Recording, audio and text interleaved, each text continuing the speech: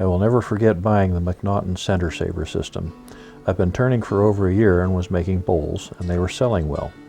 I had some extra money in my pocket, and I was walking through the local woodcraft store looking for another tool that I simply couldn't live without, and it was like the clouds parted, and there it was glittering in the sunlight. Saves time, saves wood, saves money. Add to that it was my birthday month with a 10% discount, and it just doesn't get any better than that. No more tears over wasting the inside of a big bowl. Well, I took it home, read the instructions, and then took it out to the shop to put it to work. I dug out some dry black walnut and sugar maple planks for testing. I got a lot of chattering, there were some nasty catches, and things were flying off the lathe. Quoting Bill Grumbine, bad words were said. Very frustrated, I put it back in the box, and there it stayed gathering dust. Some months later, our local club was trying to figure out what to do for the next month's demonstration, and I asked if anyone had the McNaughton system and knew how to use it. One guy did, so at the next meeting I actually got to see the tool in action. This made a huge difference for me, as I am one of those people who learn better by seeing it being done rather than by reading about it. I returned to the shop, dusted it off, and proceeded to tackle the project again. It was a matter of pride. I knew I could make it work. With a lot of diligence, persistence, and a good number of lampshades, I finally figured out how to make it work. Now, with several years' experience and a couple thousand cores, I know how to make the tool work, and hope that I can show you some of the secrets behind learning how to use this tool. It does have a learning curve, but it does work well. Hi, my name's Reed Gray. I'm also known as Robo Hippy on some of the chat groups, and I'm here to show you some of the tricks and techniques that I've picked up on learning to use the McNaughton bowl saver or center saver system. I've been using it for a number of years and taken a couple thousand different cores, and of course when I started off it was difficult to use, but through lots of trial and error and lots of errors I learned how to use it and actually got to be fairly competent with it. After I kind of knew my way around the tool, I'd sit out in front of the local woodcraft store and do demos, and people would ask me questions about it.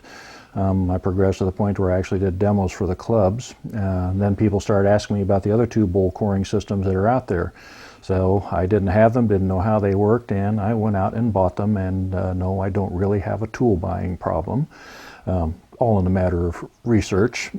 But of the systems that are out there, this is the one that I use 95% of the time. It is by far and away the most versatile, where you can core standard bowls, you can core vases, you can core plates.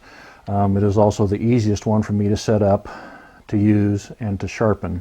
Do remember that what I'm showing you here today, it does work for me. It may or may not work for you. But when you do get this tool, please read all the manufacturer's recommendations for use and practice general shop safety. I haven't done anything to the point where I do it the exact same way every single time, which means I reserve the right to change my mind on how I do a few things sometime in the future.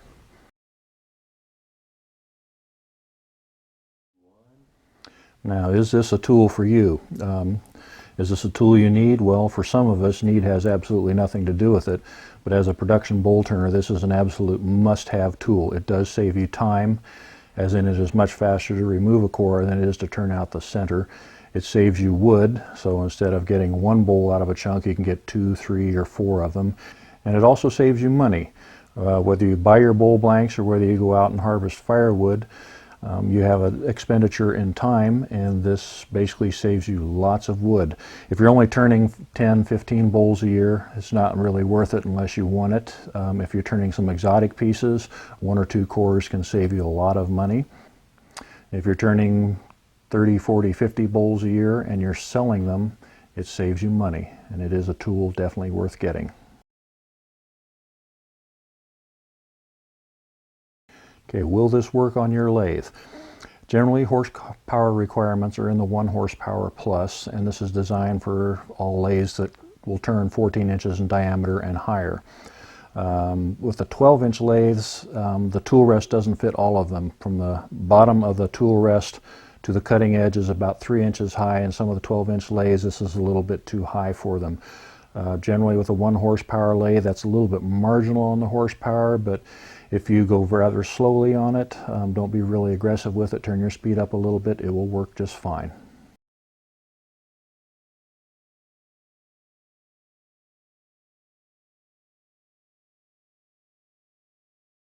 Okay, this is the tool rest that comes with the McNaughton bowl coring system. We have 3 pieces. This is the post. These are available in various lengths and diameters depending on which particular lathe you have. This is the blade support. Goes on the post like that. You notice there's a little groove in here. This is for the gates or the fingers fit onto this way. Little set screw in there. Tighten it down and it holds. This rotates, this rotates. Now this is one of the older systems. This had just for the 2 blades, the standard and the large set. This is one of the newer ones. Still the same thing. We have 3 gates there. This one is for the large set. This one's for the medium set. This one is for the mini set. Okay, this tool rest is designed primarily for lathes about 14-inch or with a 14-inch swing or greater. The problem you'll run into on some of the 12-inch lathes is the distance from the bottom of this support part to the cutter edge is about 3 inches. So this won't fit all of your 12-inch lathes. Okay, this is another modification that I've made. This works for me. It may or may not work for you, but if you will notice on the tool post, I actually have a little dent or divot there inside this groove. What that does for me, this has to swing while you're coring because your handle moves around, and it's designed so that when the gate's on there that this also pivots. I found this to be a bit of a problem because as soon as I would put pressure on the blade, the gate would want to pivot to the outside. So what I did, put the little divot here in the post, put this in here, and then I take my set screws in. This actually locks the gates in place. The gates serve as a fulcrum or a leverage point for you while you're coring, and when my leverage point or fulcrum is moving, I just found that harder for me to stay on course. So now when it's locked down, this stays solid. Just makes it a little bit easier, especially if you're going to cut a kerf off or correct a little bit to the inside. Okay, this is the handle that comes with the bowl coring system. This is your standard handle. It's about 15 inches long. This is a shorter piece. This one would be one that you would use only with a larger set of blades. So it goes into the base there. Tighten it. 2 little set screws. I usually keep this together. Primarily, I've done concrete for 30 plus years and I like things overbuilt rather than underbuilt. Blade goes in here. Same way, 2 set screws. I don't think it makes any difference whether the blade goes in this way or this way. In. Tighten with 2 set screws. And that's it. Okay, these are the standard blades that come with a McNaughton center saving system. This is a large set of blades. You have a straight blade, a large curved blade, and a medium curved blade. These blades are for bowls from about 18 inches on down. This is your medium set of blades. Again, a straight blade, large curve, medium curve, and small curve. These will take bowls about 14 inches max and on down. Then this is your mini set of blades, and a straight blade, large curve, medium curve, and small curve, and these are good for bowls from about 12 inches in diameter on down. The original blades, or the older style blades as they came, if you notice, they basically were flush to the blade on this side and a little bit of a flare or a dog ear out on this side. Mike Mahoney basically came up with the idea of your spear point here. Now what I've done for my modification is I've cut the point off square. What this has done for me is it reduces the amount of surface area. So with one like this, you'll get about a 1/2 inch wide shaving. With one like this, you'll get about a 3/8 of an inch wide shaving. The main thing it does is just reduces the amount of cutting pressure. The idea with the spear point is that it is really handy when you're coring burl or crotchwoods, which don't have straight grains. You don't want to turn down to a small stub and then break or twist the core off. If you don't cut it almost all the way off, you can actually rip through the bottom of the bowl, even if it is a 1/2 inch or more thick. So this works a little better if you're going to cut it all the way off. This just reduces your pressure. Mini set again, take the spear point off, made it square. This just works a little easier for me. Okay, now with the old style blades, you can grind a spear point on it or grind it off square, or the cutter is still not proud on both sides of the blade. The newer blades, where it sticks out on both sides, work a lot better. Okay, these are typical shavings that I will get with the square point on there. This is about a 3/8 of an inch wide shaving. With the spear point, I'm going to get one like this, which is about a 1/2 inch wide. That's just how much difference there is in pressure. With the mini set, kind of the same thing. This is what you get with the spear point. This is what you get with a cut off square. So from about a 3/8 of an inch wide shaving to a 1/4 inch wide shaving.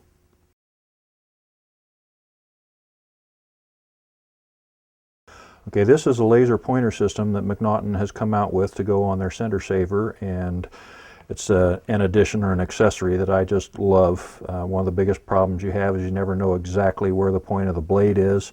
The laser pointer, this takes all that guessing away. Over years of using this tool, I developed the habit of aiming shallow to prevent from making lampshades. It seems like most of the time I was either too shallow or too deep. By aiming shallow, I didn't bottom out as often. What the laser allows you to do is to aim for the perfect core every single time. If you are off course, you can see it before you go through the bottom and make corrections. This isn't the standard hex wrench that comes with the system. I found this one a lot harder to lose in the shavings. And you do need to supply your own laser pointer. So you have a bracket, mounts on the handle. This is your vertical post. Sets in here, 2 set screws. Tighten it up. Okay, vertical post is in, so I'll put a blade in, lock it down.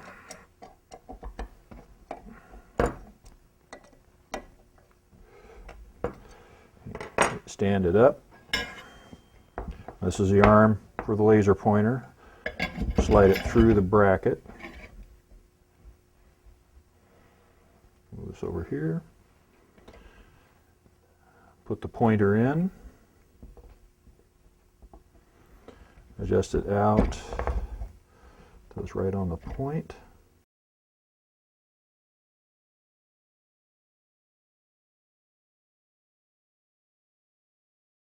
Lock it down. This way you can tell where the point is anytime you want. You know exactly whether you're on or off course and if you need to correct. Very simple, works really nicely. Just love it. Okay, now this has been modified from the standard as it comes, and I think we're all familiar with the engineer's motto that if it ain't broke, take it apart and fix it anyway. The way it comes, the bracket is made to mount through the same 2 set screws that you use to mount your blade. They give you a longer screw, set it down, tighten up your blade, slip the bracket over the screw, then tighten the bracket down with a nut. I found this to be a bit cumbersome, particularly for production turning. The idea was that the bracket would sit off to the side and you could raise or lower the post according to what size of bowl you were turning, and I just found that this was not particularly practical to me.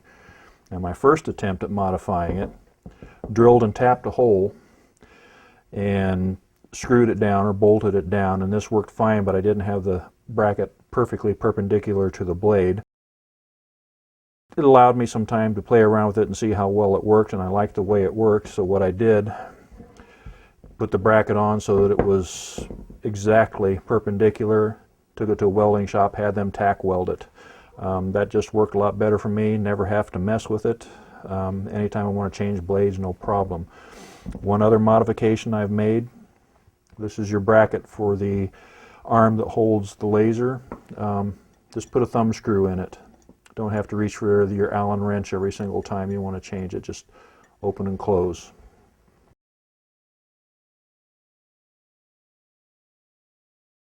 Mounting the bowl blank. Obviously when you're on the lathe and you're coring, you don't want your blank to come off in the midst of a core. What you do, there are 2 basic ways that you can mount it. One is with a recess or a mortise, and the other way is with a tenon. Basically using the chuck to expand or a chuck to grab onto a tenon with, that is the most secure method for mounting it to your lathe. If you're going to use a mortise or a recess, you still want the base to be about 1/3 or more of the diameter of the top of the bowl, and make sure that you leave a recess or a shoulder on there that is big enough for the chucks to expand into and not real thin on the outside so you've got plenty of wood on it. If you're going to do a tenon, it's still about the same thing. You want your tenon to be at about 1/3 or more of the diameter of the bowl, so you've got plenty of wood to grab onto. Okay, personally, I found the mortise to be the easiest and simplest method for me. If you want to see a good example of having a tenon turned on the bottom and coring that way, check out Mike Mahoney's DVD. That's the way that he does it. I would suppose if you wanted to, you could actually use a faceplate on the bottom for attaching it to the lathe. Personally, I wouldn't, because you're going to lose too much off the bottom. You could use a glue block on the bottom, but I wouldn't really trust it. There is a lot of shear force on it while you're cutting. One catch could send it off and you would lose your bowl. Now, the style of bowl that I like to turn, I'll take a piece of green wood, turn it to finish thickness, let it dry and warp, and then sand it and finish it. The easiest way for mounting my blank for turning the bottoms that I've found: drill a recess, use a big Forstner bit that's pretty close to the size of your jaws. After you take your cores, each core is already going to be automatically centered because you already have the recess in there. So first, mount it on the lathe.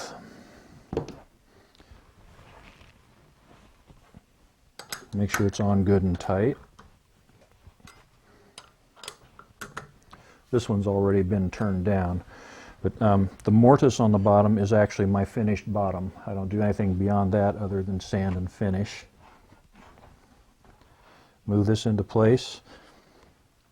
The idea is that you want the mortise to match as closely as possible the exact size of the jaws of your chuck. This gives you a better fit. If you've got a little bitty jaws on a chuck and a great big recess, you're not going to get a very good grip on it. One dedicated tool that I have for doing that, this is a compass. This is actually super glued into place. I found out through trial and error that if you use this a lot during the course of the day, it vibrates and it keeps getting bigger and bigger and bigger. The idea is to mark smaller than what you will need and then work your way out until it fits perfectly. And you want to touch only this edge, which is on the inside or the downward side. If you touch this edge, it's going to flip over and bend. So turn it on. Mark inside the line first. A little closer. Now that's the exact diameter on the jaws of my chuck. To cut it, use a specialized tool. This is a dovetailed scraper. It's available through some of the catalogs. The angle on the dovetail here exactly matches the angle on the jaws of my chuck. And if this is parallel to the ways of the lathe, that gives me the exact angle so it matches. First cut is going to be inside the line. Second cut will just barely take the line. And the idea with this cut is you don't want to push it in and slide it over to get your dovetail. You plunge it in at the angle of the dovetail, and it does this pretty much all by itself. Turn it on. Cut inside. I'll go from 1/8 to 1/4 inch deep depending on the bowl size. Now take the line just barely. A little deeper. Remove the rest of the tenon.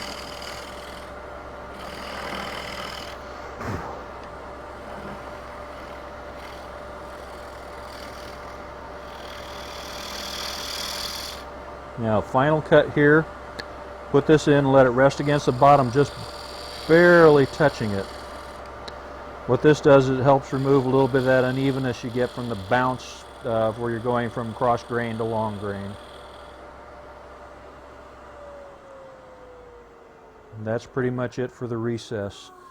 If you have a piece of wood that is really stringy, you can actually get a small spindle gouge or detail gouge in there and clean up the edges a little bit. Okay, now that the recess has been turned, reverse the bowl, get it ready to core. Put it on.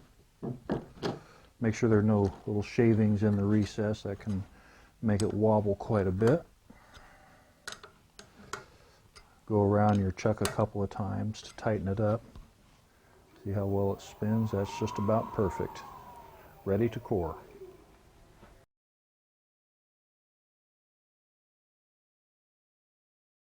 Okay, we have the bowl mounted. Now it's time to core. When you're coring, you want your blade set at center height. What I do, set this in, use like one of your spur drives in the center to get your height, and then make a little hollow form, end grain form that fits under there, and this will keep it at center height. Center height is the same for every single blade, then you don't have to adjust it every single time. So in, down into place. I move this up to about where I want to go. I'm going to take about a 1/2 inch wide, or leave this about a 1/2 inch wide here, and I'll actually put a pencil line on here. It makes it a little bit easier for you to see, and of course I never do this when I'm doing this for myself. So that's about where I'm going to be coring. Now for visual aids, as far as trying to figure out where you want to aim, first thing I'm going to do, we'll place the blade up against the outside of the bowl.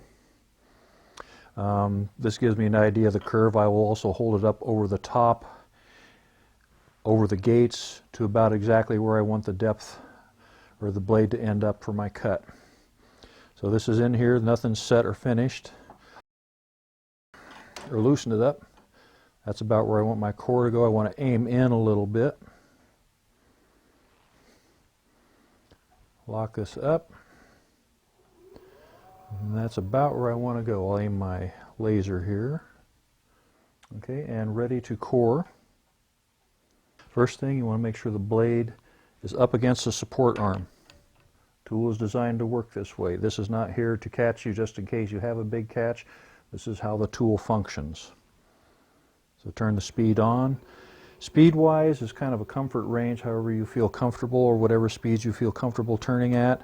I generally go in the 500 to 800 range. I don't really know exactly because this lathe doesn't have a speed readout. If you're turning with a 1 horsepower lathe or less, you might want to turn the speed up a little bit towards a higher end range. Again, this will take some experimentation. Idea is cut in till it starts to bind, or the shavings plug it up, clear the cut, go back in, cut some more, pull it out until you get down to the bottom. So turn the speed up a little bit more and start cutting.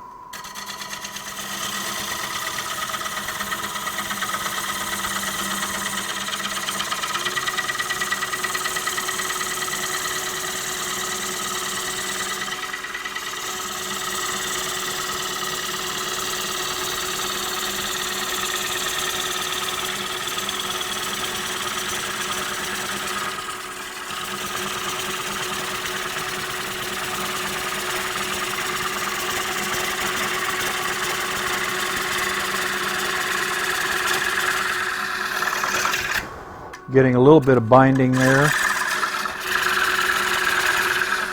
That seems to be more on the inside.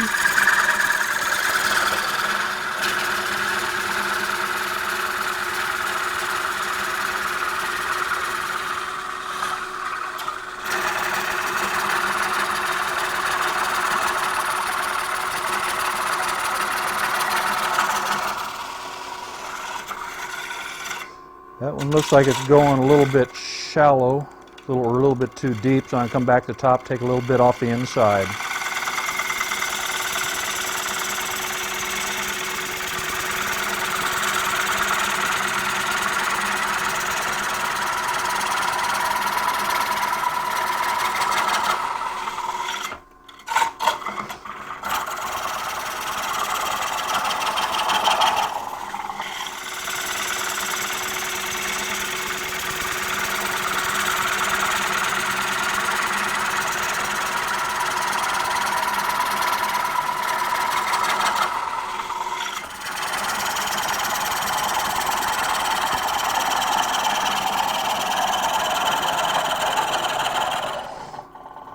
It looks pretty close. See how much wobble I have here.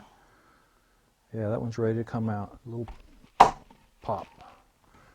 You can see I corrected. I got a little bit too deep. Came back out. Moved it in just a little bit more towards the center.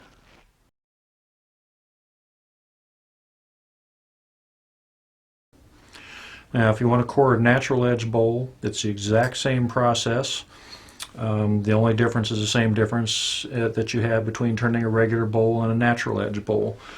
Now, I can't use my recess to expand a chuck into on top here, primarily because you have to get in deep enough that your jaws, or the face of the chuck, is going to be sitting on the bark, and some of the jaws are going to be into wood and some of them will be into nothing. So what I do is take a 3¼ inch Forstner bit, drill a flat spot in there, then secure a face plate.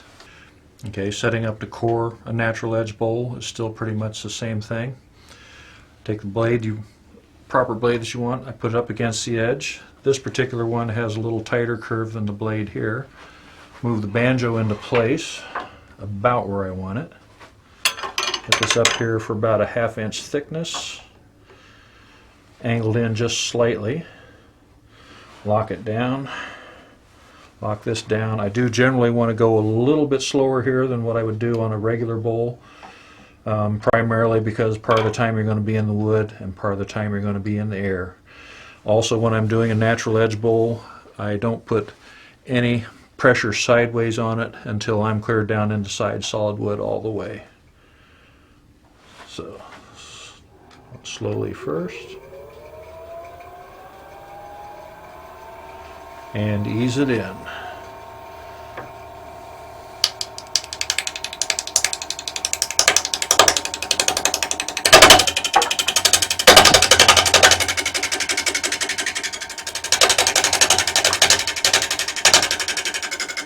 Pull it back out.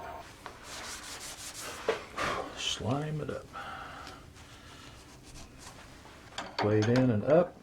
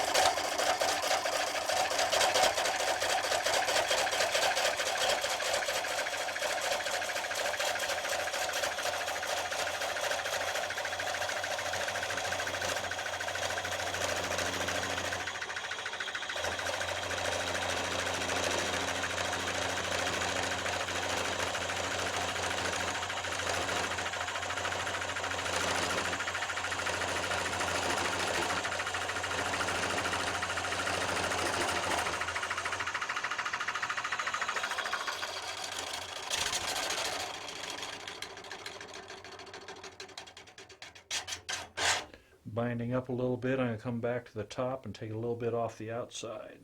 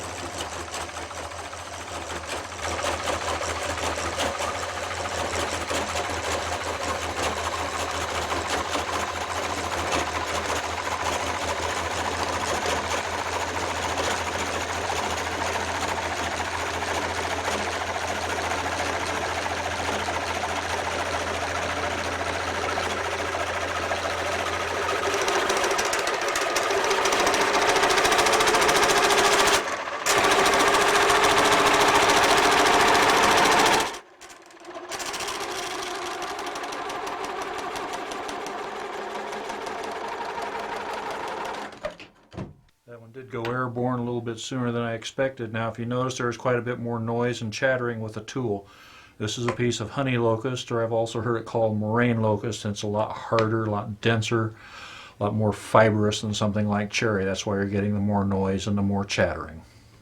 But same basic idea of turning a natural edge as you do the regular bowls.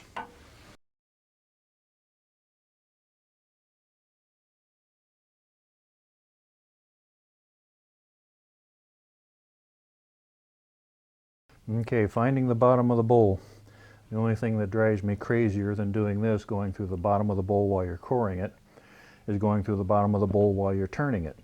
So I've devised a very simple method for taking care of that so you never have to worry about it. It's a 2-piece jig.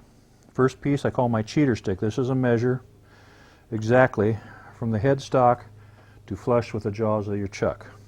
I call it a cheater stick because it saves me from doing the math in my head. The other piece is my tape measure. So get this bowl back on here. Put it on. I take a measure from the headstock out to the rim of the bowl, just sighting across it. This one says right at 8 3/4 inches. So I put the cheater stick at 8 3/4 inches, stick it inside the bowl, sight across the bowl again. Right now I'm reading slightly over an inch, and that's got a good sized tenon on the bottom. So that means I've got about a 5/8 inch thick distance between the jaws of my chuck and where the bottom of the wood is here. So basically just turn it out. Keep measuring back and forth, and you can accurately measure the thickness of the bottom of your bowl to within 1/16 of an inch. Okay.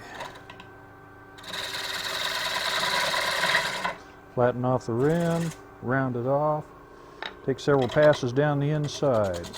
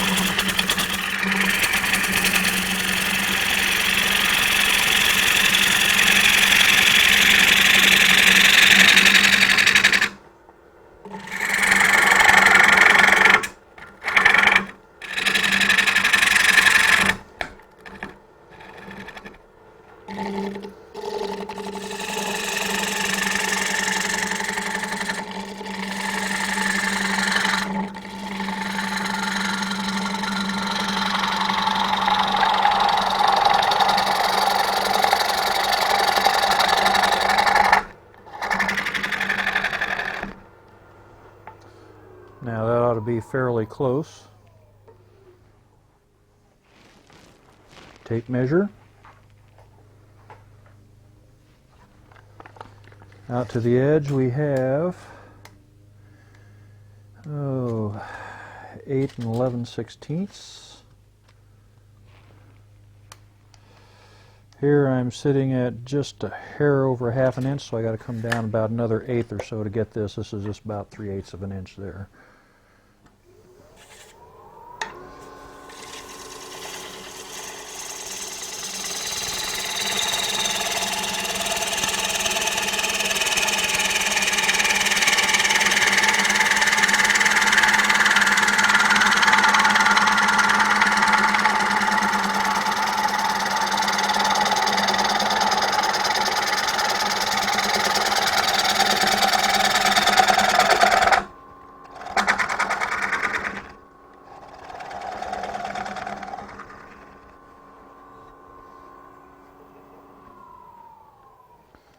Check it again. We're at 8 11/16. Again, using this method, you can determine the bottom thickness accurately to within 1/16 of an inch. Cheater stick, tape measure. Measure from the headstock out to the rim of the bowl, right at 8 3/4, a hair under. If we look at this one, we now have about 3/8 of an inch thick bottom, maybe 7/16. Cheater stick in place.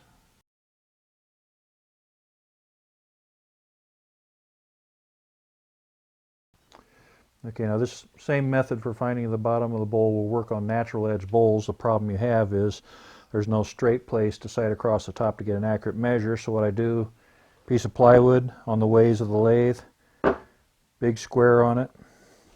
Use this for my edge that I'm sighting to, so measure from the headstock out. Here I've got about 12 3/4 inches. Place this at 12 3/4, measure back. 12 3/4, measure back, and this leaves me at about 3/16 of an inch thick for this one. So same basic idea, but since you don't have a straight edge for the bowl to sight on, stand a square up like that, and that works just as well.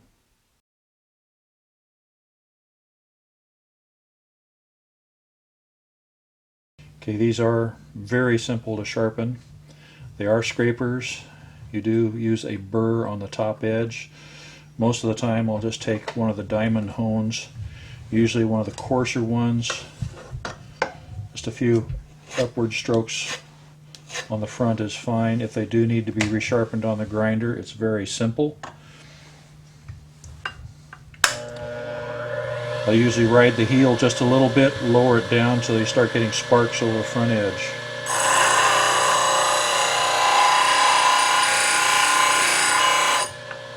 Nice fresh burr on that.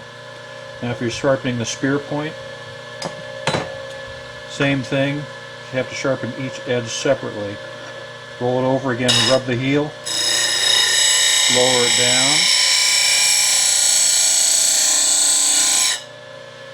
Bring it over the other side, rub the heel, lower it down. Nice fresh cutting edge. Nice little burr on top. Now if you'll notice the thin line on top here, this is a hard piece of metal veneer bonded to the softer metal of the blade. Never sharpen the top of this, as you can actually grind through it.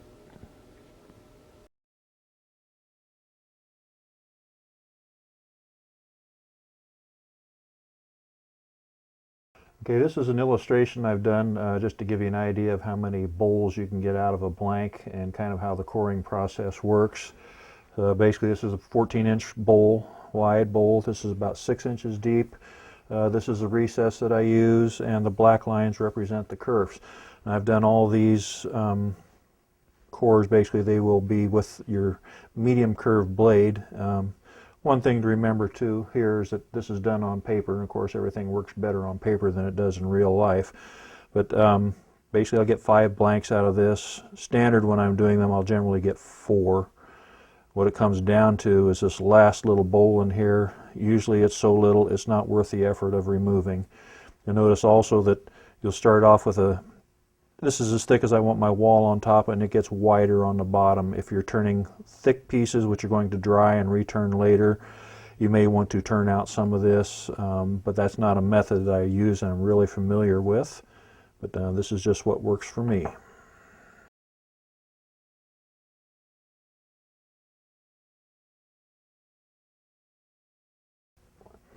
Okay, this is for selecting a blade and aiming.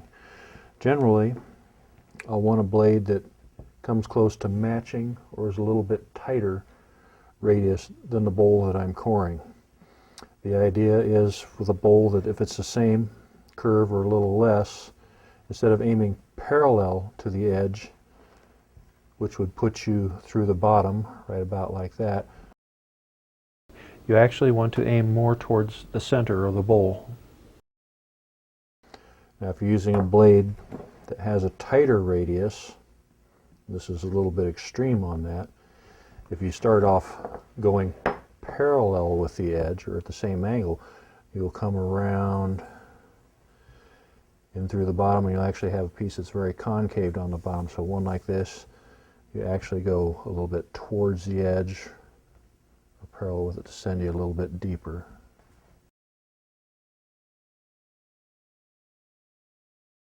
This is with a bowl that is about 12 inches in diameter and about 6 inches deep. First cut on this, could have used a small curved blade, be kind of minimal, and if you notice I'll lose some on the bottom. So I didn't. Use the medium curve first. Take that core, take this one with a small curved blade, this one with a small curve, and the final one with a small curved blade. I generally wouldn't turn this one out unless it's a very pretty or very special piece of wood.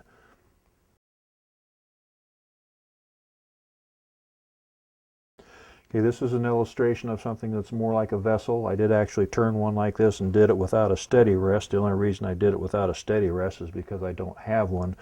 But this gives you an idea of some of the versatility of this particular tool. You cannot core something like this with the other coring systems that are out there. So the first core here, use the flat curve. Get you down fairly close to the bottom. The second core I take, use the medium curve. Third core I got out of this, use the small curve.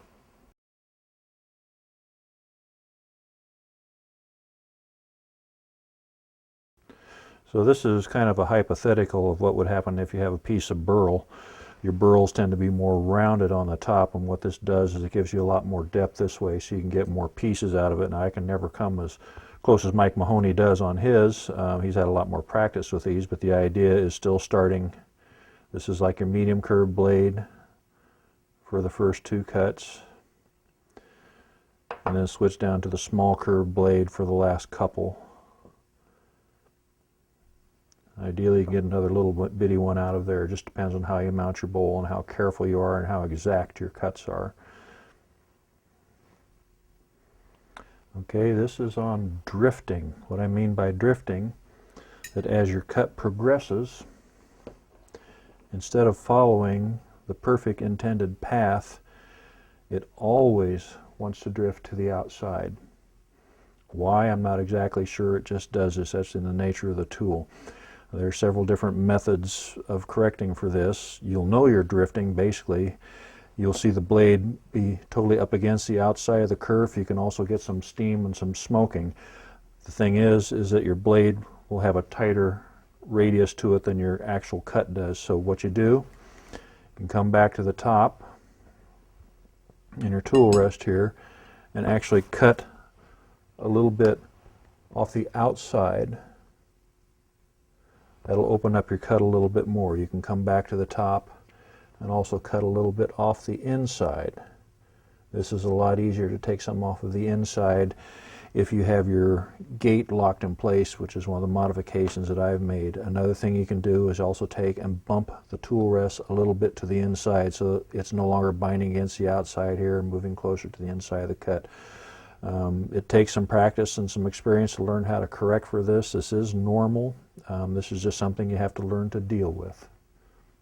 Now, this is another one of those things that I've discovered that I have a tendency to do that throws me off track. But I still kind of hold my breath when I'm making my entry cut. Just, it's a little bit nerve-wracking, and found out that what I do is you get in a little bit first, and then you kind of go, yes, okay, I'm in nice and safe, and then you start making your curved cut. Now what this does is your curve tends to look like this. Straight in first, and then you start making the curve. Now what this does is it leaves you a fulcrum point right here.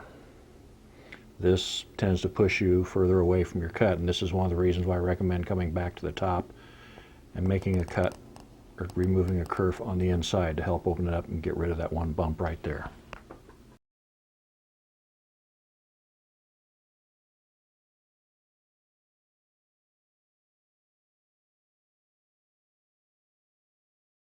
You will notice with your blades, if you've had a particularly nasty catch or through heavy-duty use and abuse, that they will bend. This is a brand new blade. This is one I've had for a couple of years, and you can notice the difference in the gap right there. That's just from heavy use and abuse. Now the way to fix it, basically the bending like that is designed into the blades. They bend rather than break. Take the blade, stick it in a clamp it down good and tight. Take a good sized wrench, put it on the blade, and apply some twist to pull it back up into shape. See how that fits.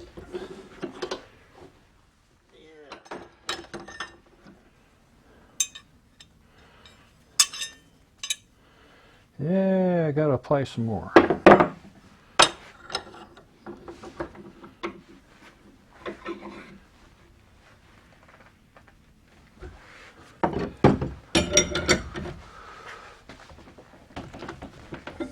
That did her.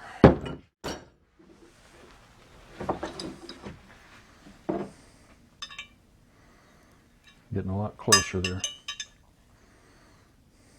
So they are fixable. They're generally not, they don't break, they bend.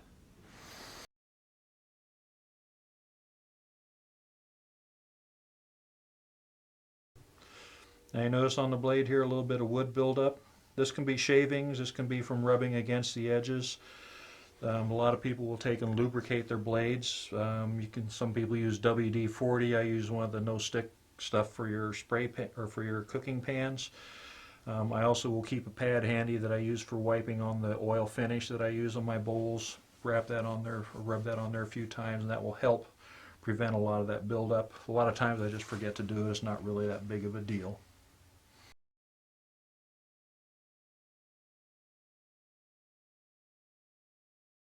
A question that always comes up is when you're coring, which ones do you take first? Do you take the biggest cores out first and work your way down to the smallest ones, or start with the smallest ones and work your way back out to the outside? Now for me, if you've noticed the walls of my shop, they're covered with wet streaks from turning lots of wet wood. Wet wood cuts a lot easier. I like to turn to finish thickness, let them dry and warp, and then sand and finish them. I like the warp shapes. So for me, it always works best to take the biggest cores first and work my way on down to the center. What I do, pop the core out, finish turning the one bowl that's on there to finish thickness, take it off, and I'm done with it. Then I remount the core that I took out, flatten the bottom, make my finish cut, reverse it, and core, and work my way down to the smallest one. The one advantage too of going from the outside in is I don't mind losing a little tiny bowl on the inside, which I will do a lot of times just because they're not worth the effort of cutting unless it's something really special. Or if I start in the center and work my way towards the outside, I risk losing the big bowl or the medium bowl, and those are the ones that generally sell better for me.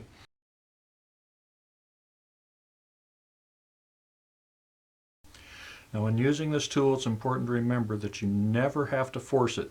It takes very little effort to get it to work. If you're having to force it, there's something wrong. Most of the time this is because the blade has drifted off track and the blade is binding inside. Again, come back to the top, correct the kerf on the inside or the outside, or bump the tool rest to the middle. Another thing that will make the blade bind up is if you get a lot of shavings in there. I've had them where they're going fine for a while, then all of a sudden they plug up and it actually stops the lathe from spinning. The only other thing that's going to make you have to force it is if you hit a rock or a piece of metal and your blade gets very, very dull, and that's pretty easy to fix back up. Just pull it out and resharpen it. Again too, if you're in the bottom of your cut, the blade's up against the wood, it should be cutting but it's not. You've got some shavings over the end of your blade, pull it out, clear it again, stick the blade back in. So if you can see the little line right here, this is where I went in the first time, then pulled it back out to the top and came in, took a little bit off the inside. And if you see the dark line here on the blank, that's where it was rubbing, and that's where it was making the smoke and steam.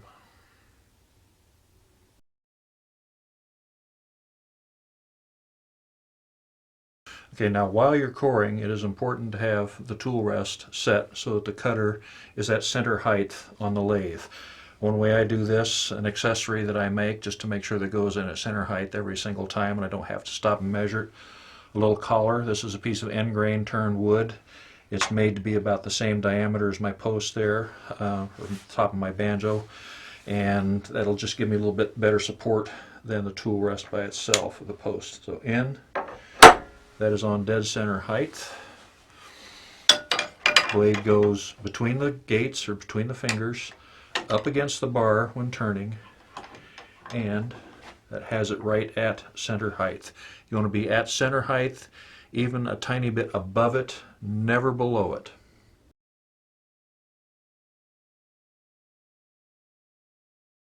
Okay, this is for illustration purposes only. I have the RPMs down to about 20, and this is why you would never ever attempt to try to core without this in the gates, in the support gates. It catches, it pulls down. You'll have things coming off the lathe, you will bend your blades, bad words will be said. Just imagine what this would be like if you were doing it at 500 RPM. Always use your tool rest.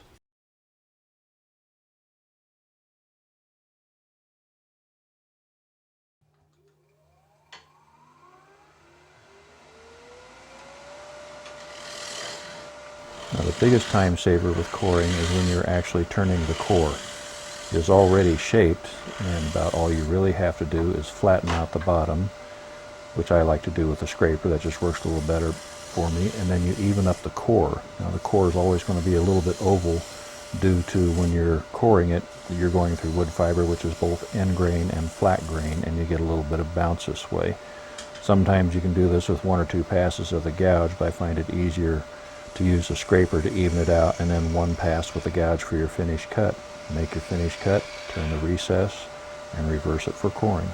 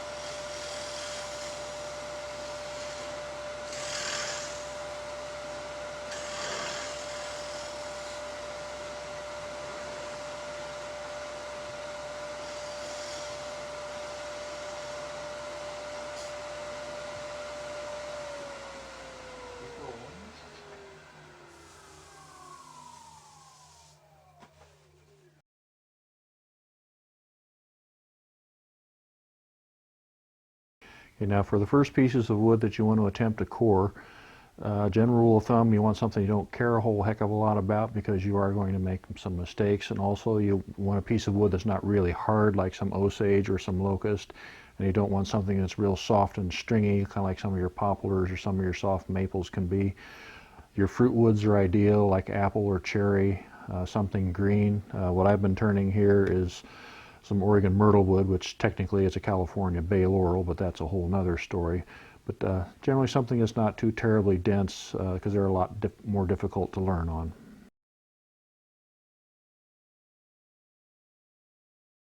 Okay, now if you notice while I've been doing this, I haven't used the tailstock. I generally don't use it while I'm turning bowls, and most of the time it's not really necessary when you're coring.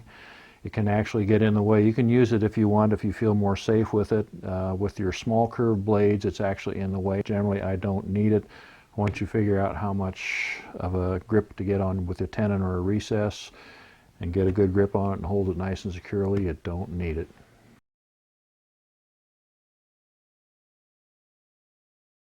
Another thing I didn't show on here are the outboard blades, which they have. These are generally made if you're coming from the headstock end in towards the bowl, or if you have a lathe where you're turning on the outboard side of it. They're basically made for that particular orientation. The outboard blades generally are not carried in the catalog stores. You have to special order them. I know two people that do recommend them highly. One is Richard Raffin, he uses them, and Steve Russell also uses them. I don't, just never got them.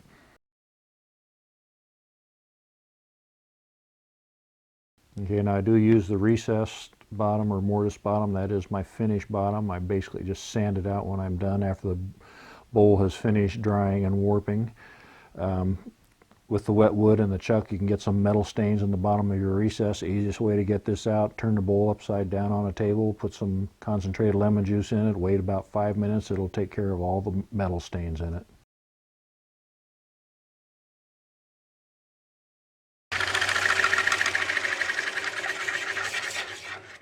Now, to make sure you're on track, one thing you can continually do, stop and take a look inside the kerf as you're cutting. What it does, you can tell, especially after you've done it for a while, whether you're on track, whether you're going to be shallow, whether you're going to be a little bit deep. This takes a lot of practice to learn this, to perfect it, or you can get the laser. Now, if you notice while I'm coring this, but the only pressure I have on the handle is I'm pulling it towards me a little bit. That just helps counter the drifting. You don't have to force the tool. Pointer needs to get about right there. That's pretty close. See if we have any wobble yet. That's wobbling a little bit. That much wobble means you've got about a 3/4 of an inch tenon or so on the end, and that will break out fairly easily.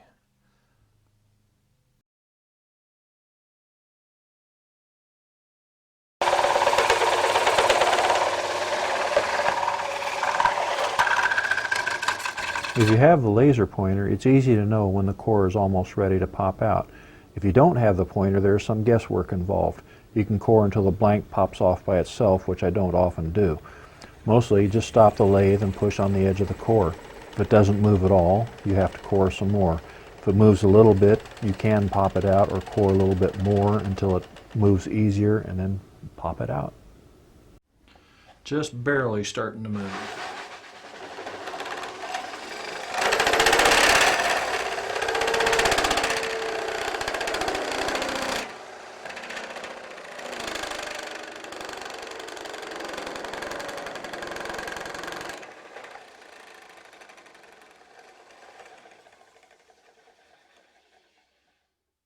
Yeah, that's moving, almost ready to fall. It's just a little tap.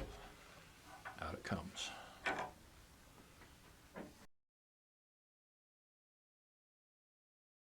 Okay, this is a set of natural edge madrone bowls with lots of wormholes. For this one I used the medium curved blade on the medium set or standard set of blades.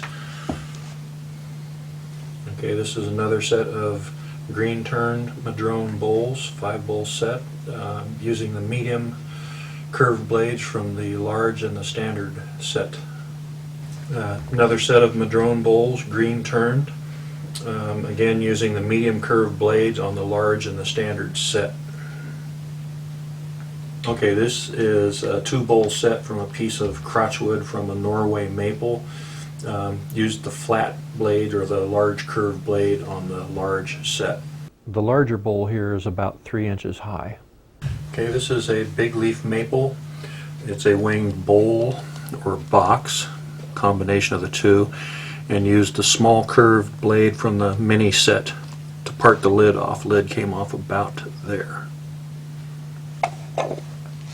Okay, this is a piece of Oregon myrtle wood or a California bay laurel. Natural edge bowl. This is what you would use your large curved blades on, so you can actually get a couple of cores out of the center of it. And this is what the flat blades are good for. Okay, this is a set of myrtle wood bowls again. These bowls are all 2 inches high, and they came from a cylinder that was 8 3/8 inches long. So I got all these bowls out of one 8-inch cylinder. One of them I made a lampshade out of, and then an extra 2 little ones. So a total of 7 bowls from an 8-inch tall cylinder.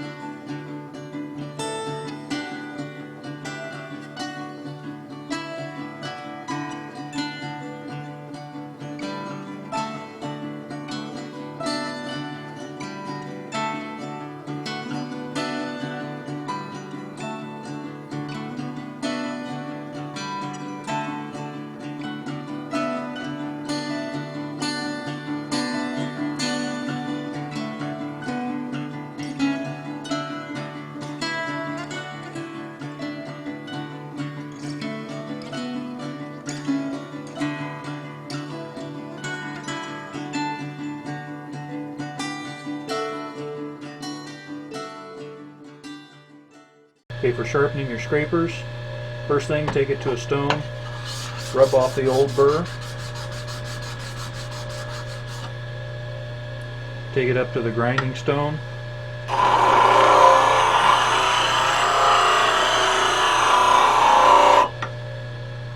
nice fresh new burr, nice clean edge. Okay. Sharpening gouges, I like the swept back grind. This is the easiest way to do this. Jig, put it through. This is my depth stop. They get the exact same measure every time. Tighten it up to the pivot point.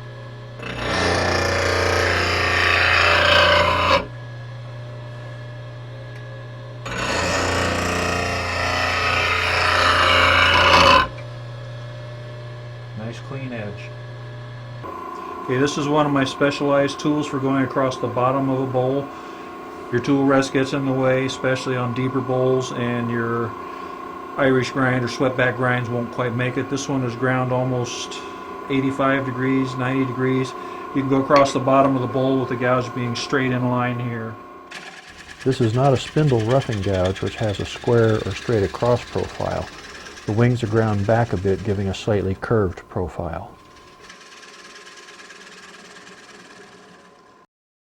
Another tool I use which will do the exact same cut. This is a scraper, more of a quarter round profile on top. Ride the bevel across the bottom in a shear scrape angle. Give you a real nice clean cut.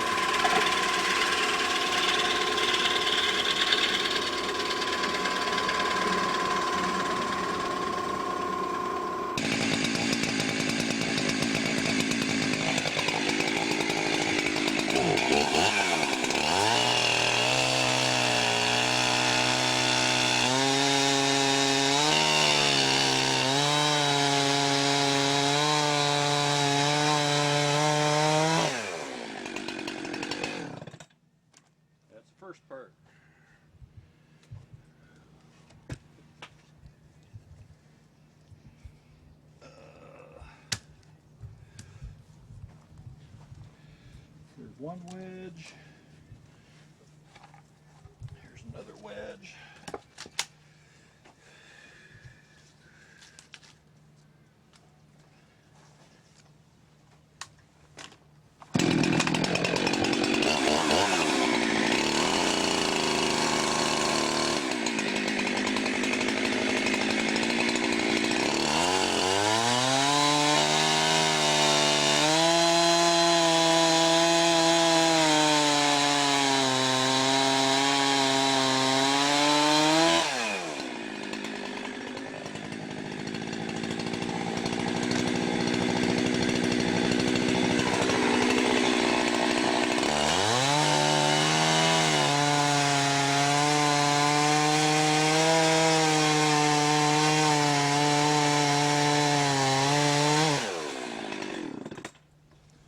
That's it for the chainsaw.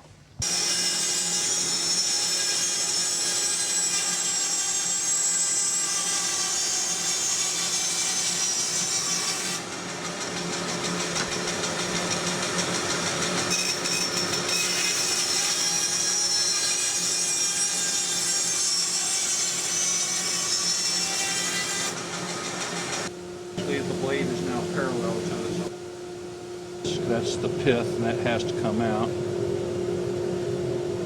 Make a mark.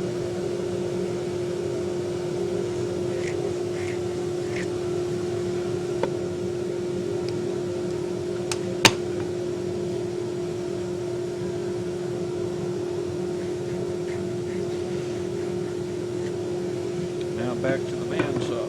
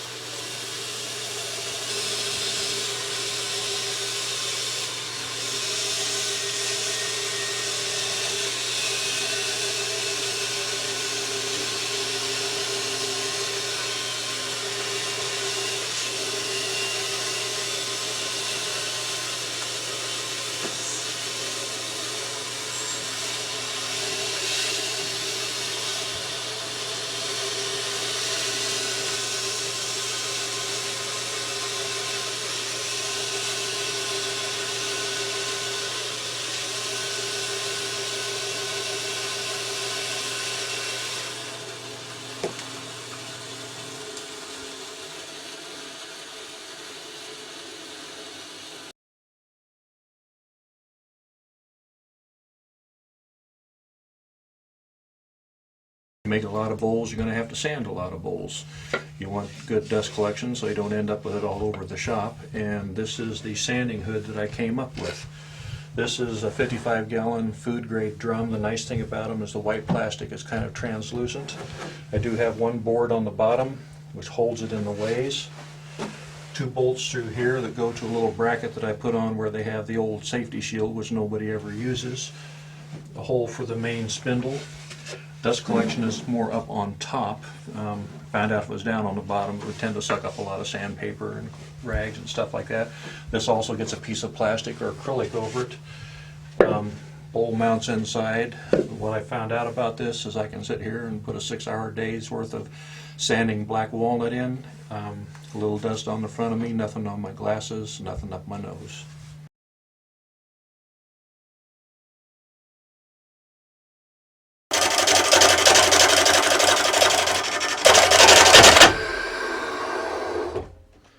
Little catch there. Oh, tripped it. Safety feature. Yeah, restart button. Doesn't normally do that.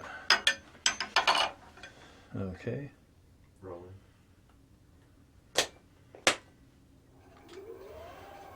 Yep. Have to retighten that up.